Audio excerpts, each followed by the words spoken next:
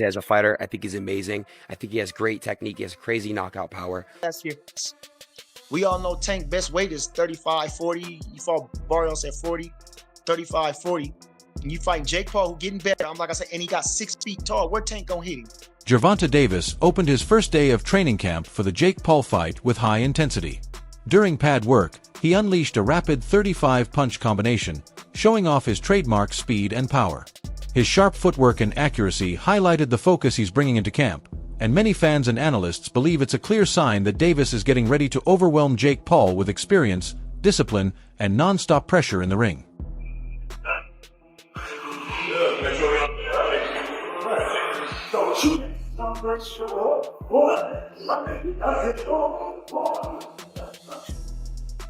Gervonta Davis sparked a buzz on social media after posting on Instagram, telling fans, "See y'all soon. I guess ATL gonna be two-turned." He added, "Tell them to send that bag and I'm coming." His words made two things clear. Davis is eager to return to the ring, and he expects the business side to be handled with respect. In today's boxing world, where fighters juggle legacy and financial security, Tank's message struck a chord. This wasn't just a casual post. It was a statement that he's ready, motivated, and fully aware of his value, refusing to settle for anything less. I text that again. Tell them boys to give me 150 M's. I'm coming. Know what I mean? When I start streaming out that, yeah, and that, stop it. Knock it off, cuz. Stop it. Tell them send that bag, and I'm coming. And I'm, you know. Even before the fight was confirmed, Gervonta Davis didn't hold back on his opinion of Jake Paul's move into boxing. He once dismissed Paul's efforts as trash, echoing the doubt many pros have about celebrities entering combat sports. Davis argued that Paul probably turned to boxing after getting bored with things like YouTube. His criticism highlighted the clash between boxing purists and the new wave of entertainment-driven fighters. Still, Paul's persistence has earned him recognition, even from top names in the sport. The fact that Davis is now set to face him shows just how far Paul has come, turning what many once saw as a gimmick into one of boxing's biggest talking points. What do you think of former athletes and celebrities like Jake Paul taking up boxing? You think that grows the sport? If he's doing it for the right reason, actually want to do it because of just like actually want to box, it's cool. But if he's doing it for like the wrong reason, just to get the hype and stuff like that, I feel as though it's trash. Sometimes people get bored at what they want, what they doing, and they want to try other stuff. Got to be mentally tough to be able to box. So that's why I don't take that away from some fighters or some people that want to jump into the sport. So just show how tough you are. That's how it should be. For sure. That's all I got. Thank you, bro. Thank you. Nice to meet you. The Davis versus Paul fight has stirred major debate in the boxing world. Many believe it proves the sport has shifted from being about merit and legacy to being driven by spectacle and entertainment. Critics argue it undermines boxing's integrity, turning it into more of a circus than a clash between elite athletes. But there's another perspective. Boxing has always balanced sport and showmanship. From Muhammad Ali's charisma to Mike Tyson's pay-per-view dominance, spectacle has long been part of its allure. Whether fans see this matchup as a joke or a payday depends on how they weigh legacy against entertainment. Boxing has gone too far. Jake Paul is taking on Gervonta "Tank" Davis in an exhibition bout this November. The fight will be taking place in Atlanta between the cruiserweight and the 135-pounder, nearly a 100-pound difference between the two guys. This is absolutely insane. Let me know what you guys think about this in the comments down below. Former super middleweight contender Jesse Hart pushed back against those criticizing Gervonta Davis for taking the Jake Paul fight. He argued that people are missing the bigger picture. Davis isn't walking away from legacy, he's navigating today's boxing business. Hart even said, "Tank has the right to prioritize financial opportunities, even if some see it as joining the circus." His comments highlight the divide among fighters, with some insisting Davis should target names like Shakur Stevenson or Teofimo Lopez, while others recognize that massive paydays against global stars like Paul are hard to pass up. Hart's defense frames Davis's choice not as betrayal but as smart business, though opinions remain split despite analysts largely favoring Davis. Circus, man, that's the circus. If you want to join the circus, that's the circus. I don't see the value. I just see money involved in that. If they want the money, if that's what they want to do, then go ahead and go ahead and get the money. But other than that, I'm not. You got a guy, Jake Paul, that's what, 6'3", 6'4", almost. Then you got a guy, Gervonta Davis, that's like 5'5", a little guy. Yeah. Y'all gonna try to, who's 200 pounds, just for Mike Tyson there, I'm gonna throw him in there with a 135. It's just a circus, and that's what they want to do to get money, to generate money in the sport of boxing instead of Gervonta Davis. This is a legacy fight. He was supposed to fight Lamont Roach after this, and then he say, no. Think about it. You really can't say too much. When you say Gervonta Tank Davis and you say Lamont Roach, there's still a question mark on that fight. It was still a question mark on that rumble. You just gonna leave it and then go right to the money and say, no, I ain't. That's how you know legacy and everything don't matter. I did that before. I took the money with the Joe Smith fight when my hand was fucked up and, excuse my language, my hand was messed up, broke in training camp, and I still said, yo, no, I'm taking that, I'm still fighting him. I'm not gonna not fight him again. We're fighting him, Dad. We're fighting him, Rick. We're fighting him, Fred. I went against everybody. Jesse, don't take the fight, man. Let your hand heal. Let's get the surgery. No, I'm fighting him. It's too close. Boxing commentator Andy Ross stirred things up by predicting Jake Paul will come out on top. He admitted the fight is a smart move for both men, but argued that Paul's size and awkward style could make the difference. While Paul doesn't have Davis's pedigree, his size, confidence, and unorthodox approach add real unpredictability to the matchup. Ross's take may be unpopular, but it reflects those who believe Paul deserves more credit than he's given. Still, not everyone in boxing is convinced this fight will actually happen. Earlier ago, Jake Paul is fighting Gervonta Davis. Crazy. Your thoughts on this? I have locks with Snaggy right there. I think Jake Paul wins that fight. You're way, look, obviously Gervonta Davis has way more experience. He's a hell of a fighter. He's done so much more for boxing and you know, than a lot of people. But to say that, you know, that's not, everyone's going to want to watch that fight. I think it's a genius idea. I think Jake Paul sets the craziest expectations, and I think he sets the bar so high now in the boxing world. Jake Paul revived boxing. You know, people could say what they want to say about it, but Jake Paul really revived the sport of boxing. You know, Joe Rogan once said previously, not so long ago, but he did speak about how boxing would eventually die out and all the eyes would shift to MMA. And it's true. I sit there, I'll watch UFC whenever there's an amazing pay-per-view event. I'm always watching it. Boxing, I don't really watch it as much. And yeah, you can call me a casual to the sport. I'm just getting into it. But the people that are just getting into the sport, UFC is like the new boxing, what it was 20, 30 years ago. So Jake Paul is changing and reviving the sport of boxing, in my opinion. But I think that Jake Paul wins that fight. I love Gervonta as a fighter. I think he's amazing. I think he has great technique. He has crazy knockout power. Don't underestimate him. You've spoken to him before, haven't you? Yeah. When you're doing it was you and Ron Garcia and Gervonta and Tank when they were both fighting. Yeah. I just spoke with Gervonta today, actually. So when I get back to Miami, him and I might do something. I don't know. But, you know, I think, like I said, don't count him out, but I think Jake Paul wins that fight. Coach Bernie completely brushed off the matchup, saying he doesn't believe it will happen, not even as an exhibition. In his view, the fight has no real purpose or credibility and is fueled more by hype than substance. His doubts aren't unusual. Many crossover fights in the past have collapsed during negotiations. Bernie's skepticism mirrors the wider reluctance in boxing to fully accept celebrity-driven events. Still, with both Davis and Paul openly committed, his prediction could be proven wrong, though his words show how divided the sport remains over the fight's legitimacy. I don't see, even at an exhibition. Now, first of all, we went with the Mike Tyson thing, right? So Mike Tyson's 60 years old. You know, obviously we all thinking that, you know, he had to pull his punches against Jake. Either one of them, both of them had to do something to get through the fight, you know, so they couldn't do their 100% thing in the fight. Now we talking about a 135-pound guy, 5'3", right, against a 6 foot, 200-pound guy. What is the point of that? I'm asking you, what is the point of that? What is the point of that, and how you think that's gonna go? So Jake Paul, just alone on strength alone, Tank is not a. We just seen him struggle with Lamont Roach, right? Who's a guy his size. Now Jake Paul is not as talented as Lamont Roach, but Come on now, we ain't talking about 2 weight classes. We talking about 4, 5, 6 weight classes.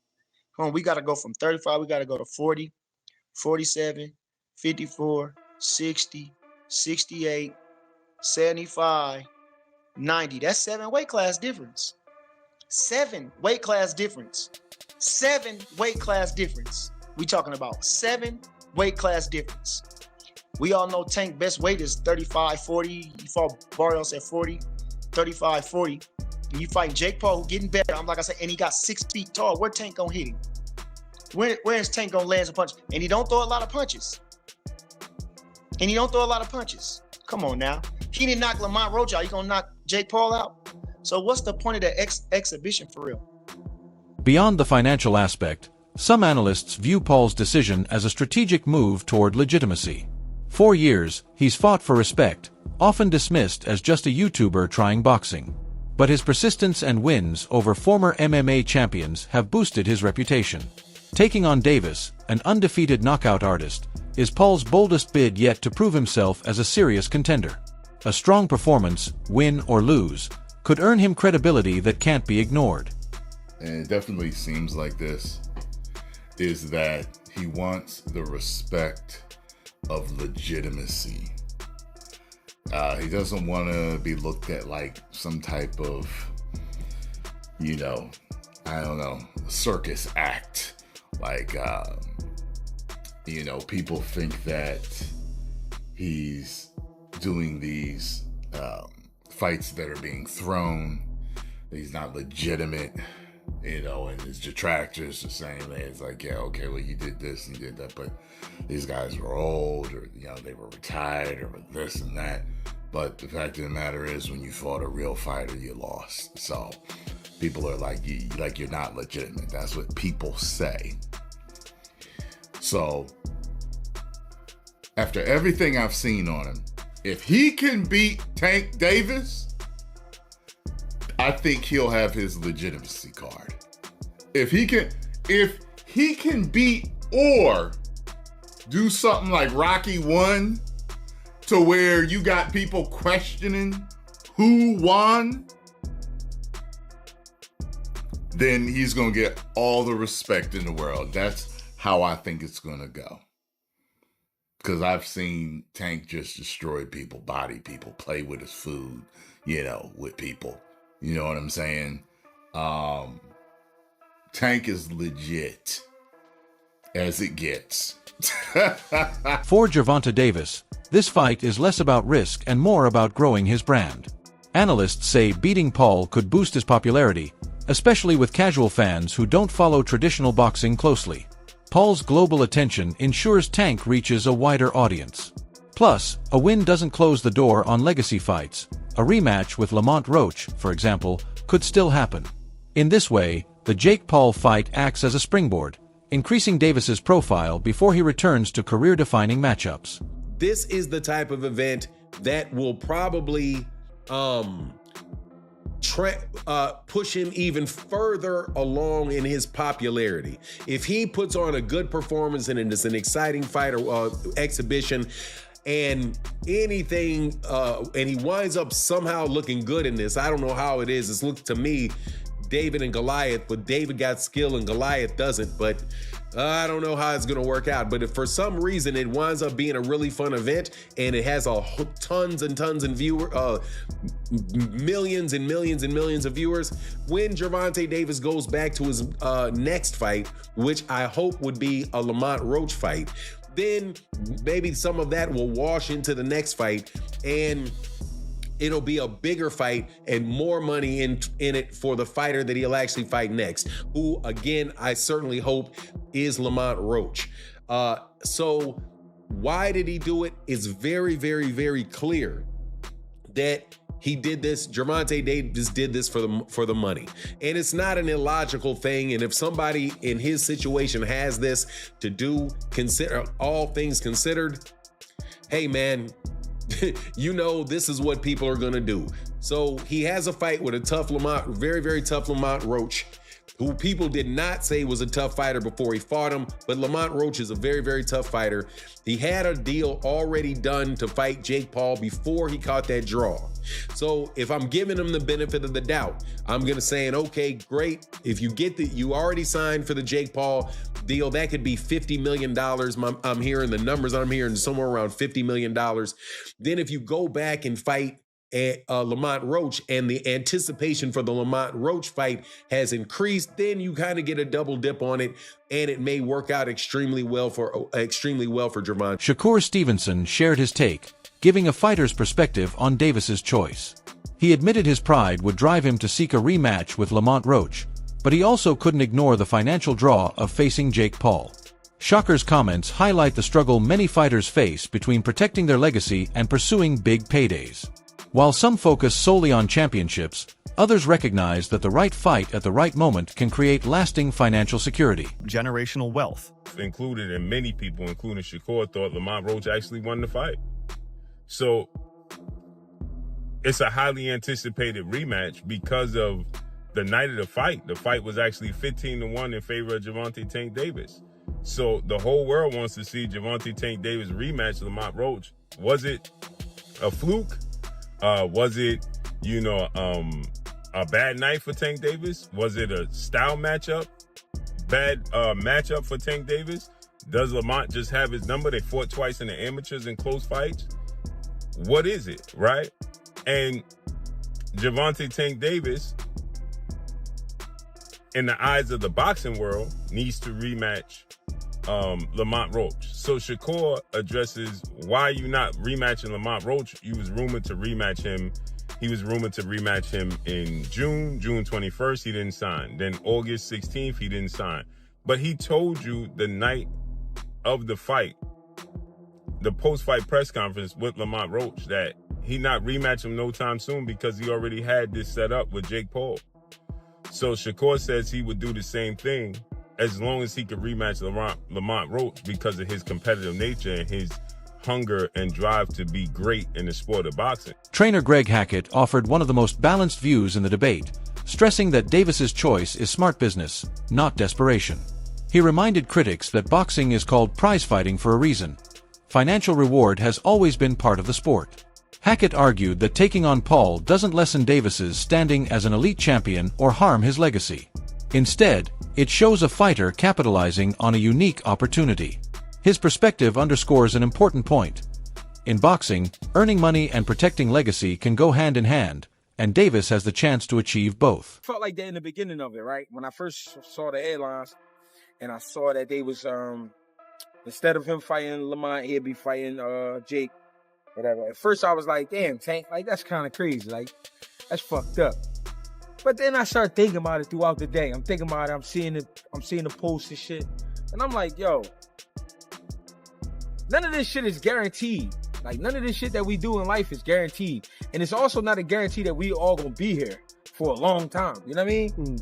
We all know somebody that died too early. You know what I'm saying? And one thing I know about life, when I hear old heads talk, you ask them about regrets. I wish I would have did this. I wish I would have did that. I wish I could have did this. I wish I could have did that. At the end of the day, man, you're taking a shot at some money. We all wish we could have made that kind of money. I don't understand the issue. He could come back and fight whoever he want after that. His career is not over just because you fighting Jake Paul. Jake Paul ain't no type of fucking demon. It's not like he about to go in there with Godzilla. You about to play around for 8 rounds, 2 minutes with a dickhead. You know what I mean? No disrespect. But, you know, with somebody that think they know how to fight. This is a bank robbery. You know what I'm saying? This is what people do in the corporate world every day. Steal fucking money. He doing it. I'm not mad at that, man. Fuck that. I ain't mad at Tank for some shit like that. I'm mad. I was irked about the fact that I'm a boxing guy and I love great fights. But at the same time, if I stop over here to make some good money and then go back to doing what I was doing, there's nothing wrong with that. Anybody who's waiting around for Tank, or anybody who's so tuned into Tank that they mad, they need to get a fucking life. Because if you think about it, nobody got mad at Chris Brown when Chris Brown said, you know what? gonna be taking pictures after the show, and I'm charging $1,100. That's all for today's video. Stay tuned, and we'll see you next time.